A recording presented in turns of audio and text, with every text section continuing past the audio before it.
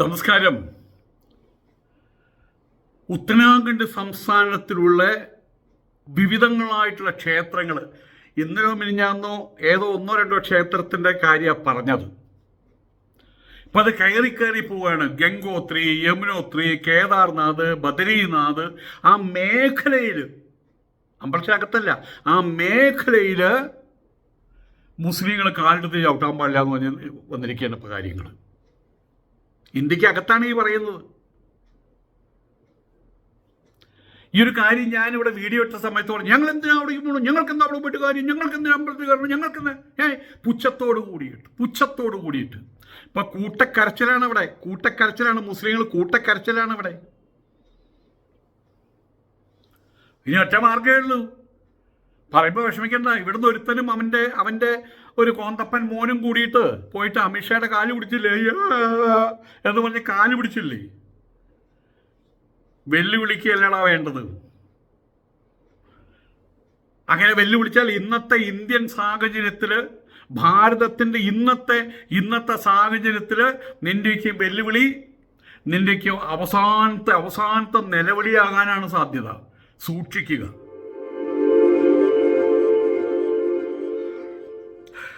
നമസ്കാരം. ഈ ഹിമാലയത്തിലേക്ക് പ്രവേശിക്കുന്ന കവാടം എന്ന് പറയാവുന്നത് ഹരിദ്വാർ, ഋഷികേശാണ്. അവിടെ പ്രവേശിക്കുന്ന സമയത്ത് അവിടെ വലിയൊരു കവാടമുണ്ട്. ആ കവാടത്തിൻ്റെ മേലെ എഴുതി വെച്ചിട്ടുള്ളത് ഒരു മലയാളിയുടെ പേരാണ് കേട്ടോ. അവിടെ കൊത്തിവെച്ചിട്ടുള്ള രൂപം ഒരു മലയാളിയുടേതാണ്, ആദിശങ്കരാചാര്യരുടേത്.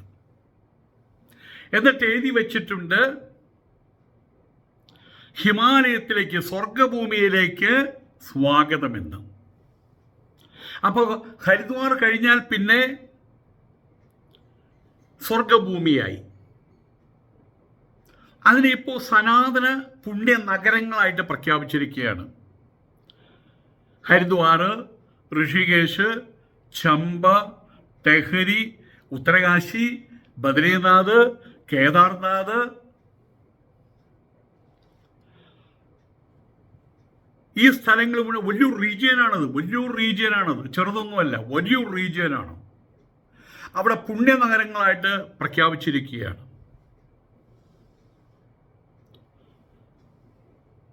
അവിടേക്ക് അഹിന്ദുക്കളായിട്ടുള്ള ആളുകൾ പ്രവേശനം നിഷേധിച്ചിരിക്കുക. രസം എന്താണെന്നറിയോ?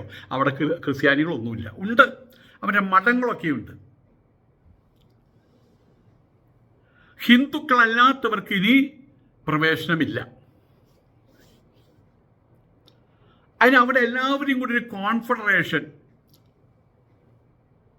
ഗംഗോത്രി, യമുനോത്രി കോൺഫെഡറേഷൻ, അവരുടെ ടെമ്പിൾ കമ്മിറ്റി അടക്കമുള്ള കോൺഫെഡറേഷൻ അവരെ ഐകകണ്ഠ്യേന തീരുമാനമെടുത്തു. ഇവിടെ ഈ ടി വിക്കാർ പറയും ഏകകണ്ഠേന. ഇന്നോട്ട് കണ്ടേന ഇങ്ങനെയുള്ള കുറേ എണ്ണം ഈ ടി വിയിൽ വന്ന് പെട്ടിട്ടുണ്ട്. വർത്താനം പറയാൻ അറിയില്ല. ഏകകണ്ഠേന,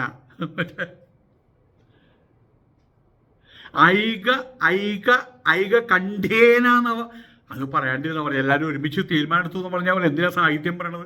ഏതായാലും ഇവിടെ ഏകകണ്ഠമായി എന്നൊക്കെയും പറയാൻ ചിലർ അങ്ങനെ പറയാറുണ്ട്, ഏകകണ്ഠേന എന്ന് പറയാറില്ല. എനിവേ, അപ്പോൾ നൂറ്റാണ്ടുകളായിട്ട് പഴക്കമുള്ള ബദ്രീനാഥ്, കേദാർനാഥ്, ഹരിദ്വാറിന് തുടങ്ങി പിന്നെ അവിടെ എത്താൻ 100-150 കിലോമീറ്റർ ഉണ്ട്. അത്രയും ദൂരത്തുള്ള സ്ഥലമാണ് ഈ പറയുന്നത്.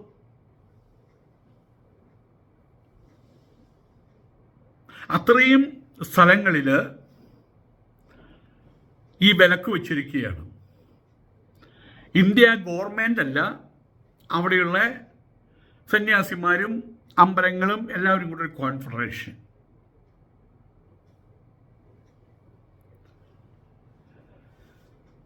ഏതായാലും ഈ ഒരു കാര്യം അവിടെ പ്രഖ്യാപിച്ചത് ബദ്രീനാഥ്, കേദാർനാഥ് ടെമ്പിൾ കമ്മിറ്റി, ക്ഷേത്ര കമ്മിറ്റി, അതിൻ്റെ ചെയർമാനായിട്ടുള്ള ഹേമന്ത് ദ്വിവേദിയാണ് ഇത് പ്രഖ്യാപിച്ചത്. ഞാനൊക്കെ അവിടെയുള്ള സമയത്ത് എന്ന് വിളിച്ചിരുന്ന ഒരാളാണ് ഈ ഹേമന്ത് ദ്വിവേദി എന്ന് പറഞ്ഞ ഭയങ്കരൻ. ഞാൻ ഫോൺ വിളിച്ചപ്പോൾ കിട്ടുന്ന തന്നെയില്ല. ഏതായാലും ഈ ഒരു കാര്യം ഹരിദ്വാറിലെ 120 ചതുരശ്ര കിലോമീറ്റർ ആലോചിച്ച് നോക്കണപ്പോൾ 120 ചതുരശ്ര കിലോമീറ്റർ വിസ്തൃതിയുള്ള 105 ഘട്ടങ്ങളുണ്ട് അവിടെ. ഘട്ടുകളെന്ന് പറയും, സ്നാനഘട്ടങ്ങൾ എന്നൊക്കെ പറയില്ലേ. അവിടെയാണ് അഹിന്ദുക്കളുടെ പ്രവേശനം നിയന്ത്രിക്കാനും വിലക്കാനും ഉത്തരാഖണ്ഡ് സർക്കാർ ആലോചിക്കുന്നത്. മാത്രമല്ല ഹരിദ്വാറും ഋഷികേശും സനാതന പുണ്യനഗരങ്ങളായിട്ട് പ്രഖ്യാപിക്കാൻ പോവുകയാണ്. ഉത്തരാഖണ്ഡ് അത് ഉത്തർപ്രദേശിൻ്റെ ഒരു ഭാഗമാണത്. ഉത്തർപ്രദേശിൻ്റെ വടക്ക് പടിഞ്ഞാറ് ഭാഗമാണ് അറ്റം. അതാണ് മുറിച്ച് ഉത്തരാഞ്ചലാക്കിയത്. പിന്നെ അത് ഉത്തരാഖണ്ഡായി. ചരിത്രപരമായിട്ട് കേദാർനാഥ് മേഖലകളിൽ ഉടനീളമുള്ള ക്ഷേത്രങ്ങളിലേക്കുള്ള പ്രവേശനം ഹിന്ദുക്കൾക്കായിട്ട് പരിമിതപ്പെടുത്തിയിരുന്നു. അത് ക്ഷേത്രങ്ങൾക്കകത്ത് പണ്ടേ ഉണ്ടായിരുന്നു. പക്ഷെ അതൊന്നും കാര്യമായിട്ട് എടുത്തിരുന്നില്ല. ആർക്കും വരാം എന്ന്. എല്ലാവർക്കും സന്തോഷമായിരുന്നു. മുസ്ലിങ്ങൾ വന്നാലും എല്ലാവർക്കും സന്തോഷമായിരുന്നു അവിടെ ഉണ്ടായിരുന്നു. അവിടുത്തെ ആശ്രമങ്ങളിലും അത് തന്നെയാണ് സ്ഥിതി. ഏതെങ്കിലും ഒരു മറ്റേ ആരെങ്കിലും വന്നു കഴിഞ്ഞാൽ, മുസ്ലിങ്ങളൊക്കെ വന്നു കഴിഞ്ഞാൽ അവർ പറയും ദേ മുസ്ലിങ്ങൾ വന്നു. അവർക്കൊക്കെയും ഞങ്ങളുടെ ആശ്രമത്തിലേക്ക് മുസ്ലിങ്ങൾ വരും, ആഹാരം കഴിക്കും. വലിയ സന്തോഷമാണ് അതൊക്കെ. അങ്ങനെ വരുന്നതൊക്കെ ഞങ്ങൾക്കൊരു സന്തോഷമായിരുന്നു.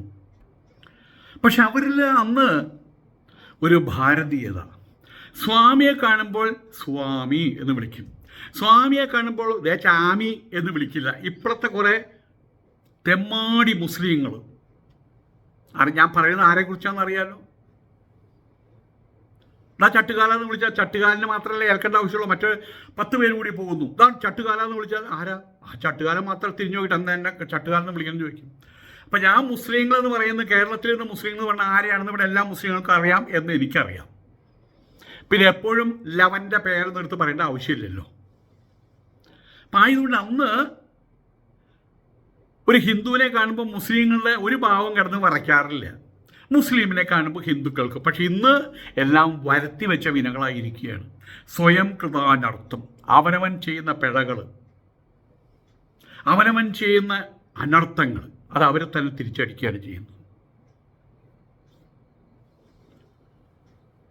ഇവിടെ കാലങ്ങളായിട്ട് നിലവിലുള്ള ഈ ഒരു വിലക്ക് അതങ്ങനെ മൂടിപ്പോയതാണ്. അത് സംബന്ധമായിട്ടുള്ള കാര്യങ്ങൾ. പക്ഷേ ഇപ്പോൾ വീണ്ടും അത് വേണം എന്നൊരു സാഹചര്യത്തിൽ എത്തിച്ചേർന്നിരിക്കുകയാണ്.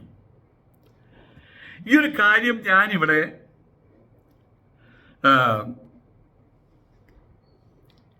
ഒരു 3-4 ദിവസം മുമ്പ് ഒരു വീഡിയോയിൽ ഞാൻ ഇട്ടിരുന്നു.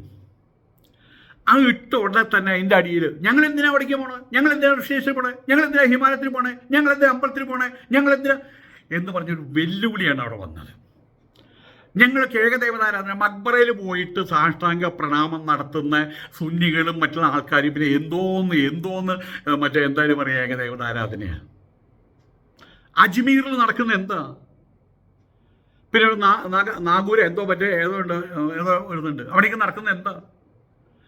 ഉത്തരേന്ത്യയിൽ പോയി കഴിഞ്ഞാൽ ശവക്കല്ലറ മുഴുവൻ പച്ചത്തുണി കൊണ്ട് മൂടിയിട്ട് കാണാം. എന്നിട്ട് അതിൻ്റെ മുമ്പിൽ പ്രാർത്ഥന എന്താ? ഇതൊന്നും പറയാതിരിക്കാൻ നല്ലത്.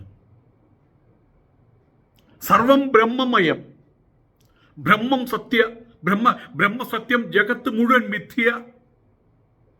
അതുകൊണ്ടാണ് ഒരിക്കൽ വലിയൊരാൾ അബുദാബിയിൽ ഷെയ്ഖാണ്. അദ്ദേഹം എന്നോട് ചോദിച്ചൊരു കാര്യമുണ്ട്. What is the difference between or what is the similarity between Vedanta and Islam? അന്ന് ഞാൻ പറഞ്ഞു you got your own God Allah. But we don't have any kind of single God, several God or single God. We have only God. Isha vasimidam sarvam yatkinja jagatyam jagad. Tena tyaktena punjidaha maghridakasya suddhanam.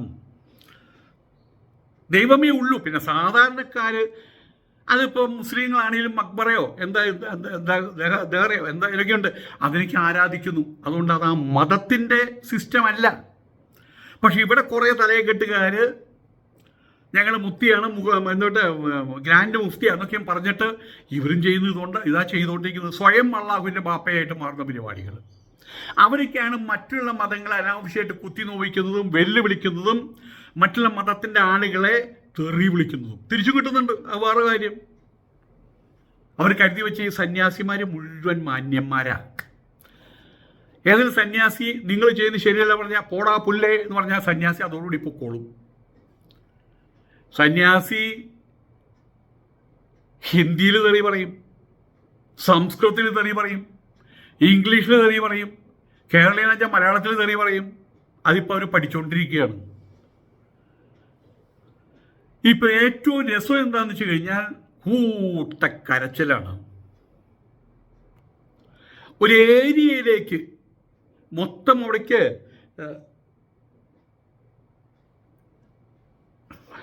പ്രവേശിക്കാൻ കഴിയാതെ വന്നപ്പോൾ ഇപ്പോൾ കൂട്ട നിലവിളിയാണ്. അപ്പോഴും വെല്ലുവിളിക്ക് കുറവൊന്നുമില്ല കേട്ടോ. ഈ രാജ്യം നിങ്ങളുടെ സ്വന്തമാണെന്നാണോ വിചാരിച്ചത്? ഗംഗോത്രിയിലും യമുനോത്രിയിലും കേദാർനാഥിലും ബദ്രീനാഥിലും ചമ്പയിലും ഹരിദ്വാറിലും ഋഷികേശിലൊക്കെ ഞങ്ങൾക്കും പ്രവേശിക്കണം. അത് വിലക്കാൻ നിങ്ങൾക്കാരാണ് അനുമതി നൽകിയത്? ചോദിക്കുന്നത് അർഷാദ് മദനി. ഗംഗോത്രി ഡാമില് ഹിന്ദുക്കൾക്ക് പ്രവേശനം വിലക്കിയതിനെതിരെ തീവ്ര ഇസ്ലാമിസ്റ്റുകൾ രംഗത്ത് വന്നിരിക്കുകയാണ്. കരച്ചിൽ തന്നെ. ഇന്നത്തെ ഇന്ത്യയിൽ ഇതൊക്കെ കരച്ചിലായിട്ട് മാറിയല്ലേ ഉള്ളൂ. അവിടെ നിൽക്കണ പറഞ്ഞാൽ അവിടെ നിൽക്കേണ്ട ഗതികേടാണ് ഇപ്പോൾ ഇവിടെ മുസ്ലിങ്ങൾക്കുള്ളത്. അത് അവർ കണ്ട് മനസ്സിലാക്കാൻ വേണ്ടിയിട്ടാണ് ഞാൻ പലപ്പോഴായിട്ട് പല രൂപത്തിൽ കാര്യങ്ങൾ പറയുന്നത്. പക്ഷെ കുറേ ആൾക്കാർ അവർ തീയിൽ ചൂടുണ്ടോയെന്ന് വിരൽ വെച്ച് നോക്കുകയാണ്. ഞാൻ പണ്ട് എൻ്റെ അച്ഛൻ മരിക്കുന്നതിന് മുമ്പ് അച്ഛൻ നല്ല ഉയരമുണ്ടായിരുന്നു. അപ്പം അദ്ദേഹം വന്ന് നിൽക്കുമ്പോൾ എൻ്റെ അച്ഛൻ്റെ അമ്മ പറഞ്ഞു, കുട്ടപ്പാൽ അവിടെ നിൽക്കരുത് കേട്ടോ, ആ കമ്പി താഴേക്കൂടെ പോകുന്നത്, ഷോക്കടിക്കുന്നത്. പിന്നെ ആ കമ്പി മേലോട്ട് കെട്ടി. അതിന് മുൻപ് ഞാൻ എന്ത് ചെയ്തു, എന്താണ് ഈ ഷോക്കടിക്കുന്നതെന്ന് അറിയണ്ടേ. ഞാൻ എന്ത് ചെയ്തു, ഒരു കമ്പിയും കൊണ്ടുവന്ന് പതുക്കെ ഷോക്ക് ഭയങ്കരമായിട്ട് തൊട്ടാൽ ഭയങ്കരമായിട്ട് അടിക്കുമല്ലോ. അപ്പോൾ പതുക്കെയല്ലേ അടിക്കുള്ളൂ ഷോക്ക്. പതുക്കെ കൊണ്ടുവന്ന് ഇങ്ങനെ കൊണ്ടുപോകുന്നുണ്ട്. അവസാനം അവിടെ മുട്ടിയ സമയത്ത് ഞാൻ അയ്യോ എന്ന് പറഞ്ഞിട്ട് ചുറ്റും നോക്കുക, അത് എവിടെ നിന്നോ അടി കിട്ടിയ പോലെ. അതുപോലെ ഷോക്ക് അടിക്കുമോ അടിക്കില്ലെന്ന് തൊട്ടു നോക്കുകയാണ് ചിലരും പലരും ചെയ്യുന്നത്. സന്യാസിമാരെ തെറി പറയുക. ഹിന്ദു മതത്തെ ഒരുത്തൻ അവിടെ അബുദാബിയിൽ ഒരുത്തനുണ്ടായിരുന്നു, ഒരു കംസറോൾ ഫക്കോ മറ്റൊരുത്തുണ്ടായിരുന്നു. അവൻ പറയണത് ഓണം വന്നാൽ അവന് കരികയറും. ഞാൻ പറഞ്ഞിട്ടുണ്ട്, ഒരു അടി കിട്ടാനുള്ള കേസുകളെന്ന് ഞാൻ പറഞ്ഞിട്ടുണ്ട്. ഏതായാലും ഇപ്പോൾ പറയണം വിലക്കേർപ്പെടുത്താൻ നിങ്ങളാരായി വിറ്റുകൾ. RSSകാരെ സംബന്ധിച്ചോട്ട് അവർക്ക് എന്ത് ഗവൺമെൻറ്, എന്ത് സർക്കാർ. ഈ ഞങ്ങളുടെ അവിടെ കയറി കഴിഞ്ഞാൽ ആരും കയറി പിന്നെ കാല് നെല്ലു പിടിക്കുക, അതാണ് ചെയ്യുന്നത്. അങ്ങനെ ഒരു സാഹചര്യം ഉത്തരേന്ത്യയിൽ ഉണ്ടായാൽ എങ്ങനെ ചോദിക്കും? ഏത് പോലീസ് സ്റ്റേഷനിൽ പോയിട്ട് പറയും? ഇത് മനസ്സിലാക്കി വെക്കേണ്ട ഈ തീവ്ര ഇസ്ലാമിസ്റ്റുകൾ. ജാമിയത്ത് മേധാവി അർഷാദ് മദനിയും സഹരൻപൂർ MP ഇമ്രാൻ മസൂദും, സഹരൻപൂർ MP പാർലമെൻറ്റ് മെമ്പറാണ്, ഇമ്രാൻ മസൂദും ആണ് ഈ തീരുമാനത്തെ ഇത് വിവേചനപരമാണ്, ഇത് തീവ്രവാദപരമാണ്, ഇത് ഭരണഘടനാ മൂല്യങ്ങൾക്ക് വിരുദ്ധമാണെന്ന് വിശേഷിപ്പിച്ചത്. ഇവിടെ എല്ലാം സമരസപ്പെട്ടു പോയ പ്രശ്നം കഴിഞ്ഞു. എല്ലാത്തിനും ഒരു അവസാനം ഉണ്ടാകും. BJP ഭരിക്കുന്നു എന്നും BJP ഭരിക്കില്ലല്ലോ. സ്വാതന്ത്ര്യം കിട്ടിയിട്ട് ഇവിടെ അംബേദ്കറും എല്ലാവരും കൂടി ഇവിടെ ഭരണഘടന എഴുതിയ സമയത്ത് കൂട്ടുകക്ഷി ഭരണം വന്നാൽ എന്ത് ചെയ്യണം, അതിനെക്കുറിച്ചുള്ള രൂപരേഖ ഒന്നുമില്ല നമ്മുടെ ഭരണഘടനയിൽ. കാരണം എന്താ, ഭരിക്കുന്ന കോൺഗ്രസ് ആയിരിക്കുമല്ലോ. ഭരിക്കുന്ന ആളുകൾക്ക് വ്യത്യാസമുണ്ടോ? കോൺഗ്രസിനെ മാറ്റി നിർത്തിക്കൊണ്ട് വേറൊരു കക്ഷി വരെ ചിന്തിക്കാൻ പറ്റിയിരുന്നില്ല അന്ന്. പിന്നെ കോൺഗ്രസ് മാറി, ഇപ്പോൾ കോൺഗ്രസ് അല്ല. കഴിഞ്ഞ 10-15 വർഷമായിട്ട് കോൺഗ്രസ് അല്ല. അപ്പോൾ അതൊക്കെ മാറി മറിഞ്ഞ് വരും. BJP പോയിട്ട് വേറൊന്നായിട്ട് വരും. കാത്തിരിക്കണം പലപ്പോഴും. ഞാൻ എപ്പോഴും പറയുന്നത്, ഷോയിബ് അക്തറിൻ്റെ ബോൾ വരുമ്പോൾ നമ്മുടെ ദ്രാവിഡ് എന്താ ചെയ്യുന്നതെന്ന് അറിയാം, മുട്ടി നിൽക്കും. അയാൾക്കറിയാതെ സിക്സർ അടിച്ചു കഴിഞ്ഞാൽ പിന്നിൽ കുറ്റി തെറിക്കുന്നറിയാം. ഷോയിബ് അക്തറിനോട് ഒരിക്കൽ ചോദിച്ചു, നിങ്ങൾക്ക് ഇന്ത്യൻ ക്രിക്കറ്റേഴ്സിനോട് ദേഷ്യമുണ്ടോ എന്ന് ചോദിച്ചപ്പോൾ എനിക്ക് എല്ലാവരും ഇഷ്ടം, ഒരാളെ മാത്രമേ എനിക്ക് ദേഷ്യമുള്ളൂ.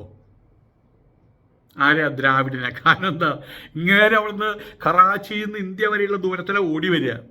ഓടി വന്ന് ബോൾ എറിയും. എത്രയോ കിലോമീറ്റർ, 110 170 എത്രയോ കിലോമീറ്റർ അറിയില്ല, ബോൾ എറിയും. ഇവിടെ വരുമ്പോൾ എന്താ, തക്ക് കഴിഞ്ഞു. വീണ്ടും കറാച്ചിയിലേക്ക് പോകണം ഓടി വരാൻ. Karachi express, Rawalpindi express. വീണ്ടും ഓടി വന്ന് ബോൾ എറിയും, ഇയാൾ തക്ക് തടയും. എന്തുകൊണ്ടാണ് ദ്രാവിഡ് ചെയ്യുന്നത്? അവിടെ തടയാനേ പറ്റുള്ളൂ. അതിനെ കയറി അടിച്ചു കഴിഞ്ഞാൽ വിക്കറ്റ് തെറിക്കും. അപ്പോൾ പലപ്പോഴും നമ്മൾ സിക്സർ അടിക്കണം ബോളിൻ്റെ തരം പോലെ. അത് ഇവിടെയും അങ്ങനെ തന്നെ ചെയ്യണം. രാജ്യം തങ്ങളുടേതാണെന്നും പൊതുജനങ്ങളെ ഏത് ദിശയിലേക്കും നയിക്കാൻ കഴിയുമെന്നും BJP കരുതുന്നുണ്ടെങ്കിൽ തെറ്റാണ്. കാലം മാറി. എന്ത് കാലം മാറി? ഇപ്പോഴത്തെ സാഹചര്യത്തിൽ BJPയുടെ ഭരണം മാറുന്നത് വരെ കാലം മാറി എന്ന് പറയാൻ പറ്റില്ല. ആളുകൾ സ്നേഹത്തോടു കൂടിയും സഹോദര്യത്തോടു കൂടിയും ജീവിക്കുന്നത് നല്ലതാണ്. ജാമിയത്ത് ഉലമ ഈ ഹിന്ദ് വലിയ സംഘടനയാണത്. അവർ പഠിപ്പിക്കുന്നത് ഇതാണ്. അതിലൊരു തെറ്റുമില്ല, വലിയ ശരി തന്നെയേ ഉള്ളൂ. പക്ഷെ അദ്ദേഹത്തെ നേരിട്ട് കണ്ടാൽ പറയും, ദേ ഇവിടെ കുറേ സാധനങ്ങളുണ്ട്, ഇവിടെ ഇസ്ലാമിനെ നാറ്റിക്കാൻ നടക്കുന്ന ആളുകൾ. അതിലൊരുത്തൻ എൻ്റെ വീഡിയോൻ്റെ താഴെ വന്നിട്ട് പറഞ്ഞു, മുസ്ലിങ്ങൾ മുഴുവൻ സൂക്ഷിക്കുക, ഇയാൾ കള്ളനാണ്. ഞാൻ മറുപടി കൊടുത്തു, നീ ആരാ അത് പറയാൻ? നിനക്ക് ഇസ്ലാമായിട്ട് എന്താ ബന്ധം? നീ ഇസ്ലാം എന്ന പേരും പറഞ്ഞ ആ ഒരു പേരിൽ അറിയപ്പെടുന്ന കാഫിർ അല്ലേടാ. ഇവിടെ മുസ്ലിങ്ങളുണ്ട്, അവർക്ക് സംഘടനകളുണ്ട്. പാണക്കാട് കുടപ്പനക്കുന്ന് അവരുണ്ട്, മുജാഹിദുകാരുണ്ട്, ജമാഅത്ത് ഇസ്ലാമിക്കാരുണ്ട്. അവരാരും തല്ലുകൂടാൻ നിൽക്കുന്നില്ല. ജിഫ്രി മുത്തുക്കോയത്തങ്ങൾ എന്ന് പറഞ്ഞാൽ മഹാനുണ്ട്. അവർ കയ്യിൽ ചളിയും പിടിച്ച് നടക്കില്ല, കാണുന്നവരുടെ മുഖത്തുമുഴയിൽ എറിയാൻ വേണ്ടിയിട്ട്. ഇവിടെ ഇപ്പോൾ ജാമിയത്ത് ഉലമ ഹിന്ദ് അതിൻ്റെ പ്രസിഡന്റ് അർഷാദ് മദനി, അദ്ദേഹം വളരെ ഒരു വരേണ്യ സ്വഭാവമുള്ള ഒരാളാണ്, ഭരിതപ്രജ്ഞനാണ്. അദ്ദേഹത്തിൻ്റെ കരച്ചിലിന് അന്തസ്സുണ്ട്. ഇത്തരം ഒരു നടപടി അത് പാടില്ല എന്ന് പറഞ്ഞുകൊണ്ടാണ് അങ്ങനെ വിഷമിക്കുന്നത്. ഇവിടെ അതല്ല, ഇവിടെ വെല്ലുവിളിയാണ്. ആസാമിലെ സ്ഥിതിയത്തെ എല്ലാ കോളനികളും അടിച്ച് തകർക്കുകയാണ്. അവിടെ ദശലക്ഷക്കണക്കിന് മുസ്ലിങ്ങളെ, ഇഷ്ടമില്ലാത്ത മുസ്ലിങ്ങളാണ്, നീ ബംഗ്ലാദേശിയല്ലേ പൊക്കോ, കാര്യം കഴിഞ്ഞു. ഭരണഘടന നമുക്ക് മതസ്വാതന്ത്ര്യം നൽകിയിട്ടുണ്ട്. ഇപ്പോൾ അവർ ശങ്കരാചാര്യന്മാർക്ക് വരെ നോട്ടീസ് അയച്ചിട്ട് നിങ്ങൾ ശങ്കരാചാര്യനാണെന്ന് എന്താ തെളിവ്, ഇതൊക്കെയാണ് ചോദിക്കുന്നത്. ഇദ്ദേഹം പറയുന്നത് ശരിയാണ് കാര്യങ്ങൾ. ശങ്കരാചാര്യ സ്ഥാനത്തെ വരെ ചോദ്യം ചെയ്യണം RSSകാർ. ആയതുകൊണ്ട് അവരെ സംബന്ധിച്ചിടത്തോളം മുസ്ലിം നേതാവിനെ ചോദ്യം ചെയ്യാനും അവർക്ക് ഇഷ്ടമല്ലേ പൂച്ചക്കുട്ടി എടുത്ത് എറിയണ പോലെ അറബിക്കടലിൽ വലിച്ചറിയാനും അവർക്ക് യാതൊരു ബുദ്ധിമുട്ടുമില്ല, അവരെ ചെയ്യും. അയ്യോ ഇങ്ങനെയൊക്കെ ചെയ്യുന്നത് ശരിയാണോ? ആ ധർമ്മമൊന്നും അവരുടെ മനസ്സിലില്ല. ഇതാണ് ഞാൻ എപ്പോഴും പറഞ്ഞുകൊണ്ടിരിക്കുന്നത്.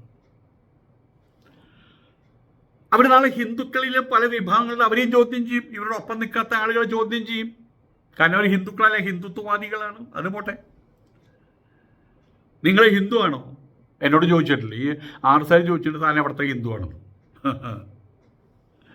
ഏതായാലും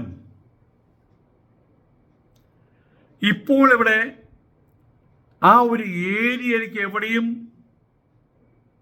കടക്കാൻ പറ്റാത്ത സാഹചര്യം വന്ന സമയത്ത് അവർക്ക് വിഷമമുണ്ട്. അവർ നിലവിളിക്കുകയാണെന്ന് ഞാൻ പറയാൻ കാരണം ഇവിടെയുള്ള കുറേ ആൾക്കാരുടെ തെമ്മാടിത്തരം മനസ്സിൽ വെച്ചുകൊണ്ട് അവരാണ് ഇവിടെ. ഞാൻ മുമ്പ് വീഡിയോ ഇട്ടപ്പോൾ ഒരു ഭാഗത്ത് മാത്രം ഞാൻ ആ ക്ഷേത്ര പരിസരം വിചാരിച്ചു. പക്ഷേ ഇവിടെ സ്ഥിതി അതല്ല. എത്രയോ 150 എത്രയോ ചതുരശ്ര കിലോമീറ്റർ ഭാഗത്തേക്ക് കടക്കാൻ പറ്റാത്തൊരവസ്ഥ വന്നിരിക്കുകയാണ്. അപ്പോൾ അവിടേക്കും ബിസിനസ് നടത്തുന്നവരില്ലേ, അവിടെ വീട് വെച്ച് താമസിക്കുന്നവരില്ലേ, അവരേക്കും സ്ഥിതി എന്തായിരിക്കും? ആ ഒരു കാര്യം വീണ്ടും പറയുമ്പോൾ ഞാനിത് പറയുന്ന സമയത്ത് നിങ്ങളാരാ പറയാൻ? ഇന്ത്യ നിൻ്റെയാണോ, ഇന്ത്യ നിൻ്റെ പിതാശ്രീയുടെയാണോ എന്നൊക്കെയും പറയുമ്പോൾ മുഖം പൊത്തി അടി കിട്ടും, അതാണ് ഉണ്ടാകുക. ആയതുകൊണ്ട് തന്നെ കുറച്ചൊരു സഹിഷ്ണുത വെച്ച് നടക്കുന്നത് നല്ലതാണ്. മറ്റുള്ള മതസ്ഥരെയും മറ്റുള്ള മതത്തിൻ്റെ ആചാര്യന്മാരെയും കുത്തി നോവിച്ചു കഴിഞ്ഞാൽ നോവിക്കുന്ന ഇയാളെ ആയിരിക്കും, പക്ഷേ ചെന്നുകൊള്ളുന്നത് മറ്റെല്ലാവരെയുമായിരിക്കും. നിങ്ങളൊരു സന്യാസി നോക്കിയിട്ട് പറയാണ് സന്യാസി കള്ളനാന്ന് പറഞ്ഞു കഴിഞ്ഞാൽ മറ്റൊരെന്താ ഏറ്റെടുക്കാറിയോ? സന്യാസിമാർ കള്ളന്മാരാണ്. പോരെ, ഇന്നത്തെ ഇന്ത്യയിൽ രസം എന്താണെന്ന് വെച്ച് കഴിഞ്ഞാൽ മുസ്ലിം പേരും പേറിയിട്ട് നടത്തുന്ന ഈ വൃത്തികേടുകൾ അതെല്ലാ മുസ്ലിങ്ങളെയും ബാധിക്കുകയാണ്. കാരണം സാധാരണക്കാരെ സംബന്ധിച്ചിടത്തോളം മുസ്ലിം എന്ന് പറഞ്ഞാൽ ഒന്നേ ഉള്ളൂ, ഈ തമ്മിൽ അടികൂടി നിൽക്കുന്ന അതിൽ ഒരു വിഭാഗത്തെ സത്യം പറഞ്ഞ ഈ മുസ്ലിങ്ങളല്ലാണ്ടുള്ള ഈ ഡൂക്കിലി മുസ്ലിങ്ങളായിട്ട് നടക്കുന്നത്. യഥാർത്ഥ മുസ്ലിം സംസ്ഥാനത്തിൽ നിന്ന് പറ്റിയുള്ള പിടിച്ച് പുറത്താക്കിയതാണ്. അവർ ചെയ്യുന്ന വൃത്തികെട്ട ചെയ്തികൾ, ആ ചെയ്തികൾ ഇപ്പോൾ മറ്റെല്ലാ മുസ്ലിങ്ങളുടെയും മേലെ അതാണ് ചെളി ചവിട്ടിക്കഴിഞ്ഞാൽ നീളത്തെറിക്കെന്ന് പറയാനുള്ള കാരണം അതാണ്. കൂടുതൽ ഞാൻ പറയുന്നില്ല. ഏതായാലും ഈയൊരു പ്രോഗ്രാം അവിടെ കിടക്കരുത്, ഇവിടെ കിടക്കരുത്, ഇവിടെ കിടക്കരുത്, അവിടെ കിടക്കരുത്, അവിടെ കിടക്കരുത്, ഇവിടെ കിടക്കരുത് എന്നൊക്കെ പറഞ്ഞു കഴിഞ്ഞാൽ എവിടെ എത്തും കാര്യങ്ങളൊന്നും അറിയില്ല. ഇന്ത്യയുടെ ആഭ്യന്തര ശത്രുക്കളാണ് മുസ്ലിങ്ങൾ ആയതുകൊണ്ട് എന്തു ചെയ്യണം? ഇങ്ങനെയൊക്കെയും ചെയ്യണം. അവരെ അകറ്റി അകറ്റി അകറ്റി അകറ്റി അകറ്റി എത്രത്തോളം അകത്താൻ പറ്റും? സമുദ്ര തീരം വരെ അകറ്റാൻ പറ്റും. അത് കഴിഞ്ഞാലോ അവർ തള്ളിയിടും. ചോദിക്കാനും പറയാനും ആരും വരില്ല. അതൊക്കെ നമ്മൾ കണ്ടതാണ്. ഇസ്രായേലിലെ യുദ്ധം വന്നപ്പോൾ കണ്ടതാണ്. അവരുടെ പാടായി 10,000-35,000 കുട്ടികൾ. ഞാൻ പറയുന്നില്ല. അതുകൊണ്ട് ഇവരെല്ലാവരും ഞങ്ങൾ എത്രത്തോളം ഉണ്ടെന്ന് അറിയാമോ? നിങ്ങൾ ഭാരതി ഇവിടെ മാത്രമല്ലേ ഉള്ളൂ, ഞങ്ങൾ ലോകമെമ്പാടും ഉണ്ടെന്നെങ്കിൽ പറയുന്ന മൂഞ്ചൽസ് പരിപാടിയൊക്കെയും പിള്ളേർ പറഞ്ഞ പോലെ മടക്കി പോക്കറ്റിൽ വയ്ക്കുക. നല്ലവരാവാൻ ശ്രമിക്കുക. സഹിഷ്ണുത അതാണ് ആ മതത്തിൻ്റെ ഒരു ഭാവം അതാണെന്ന് പറയുന്ന നിങ്ങൾ അതിനെ പ്രാവർത്തികമാക്കാൻ നോക്ക്. നമസ്കാരം.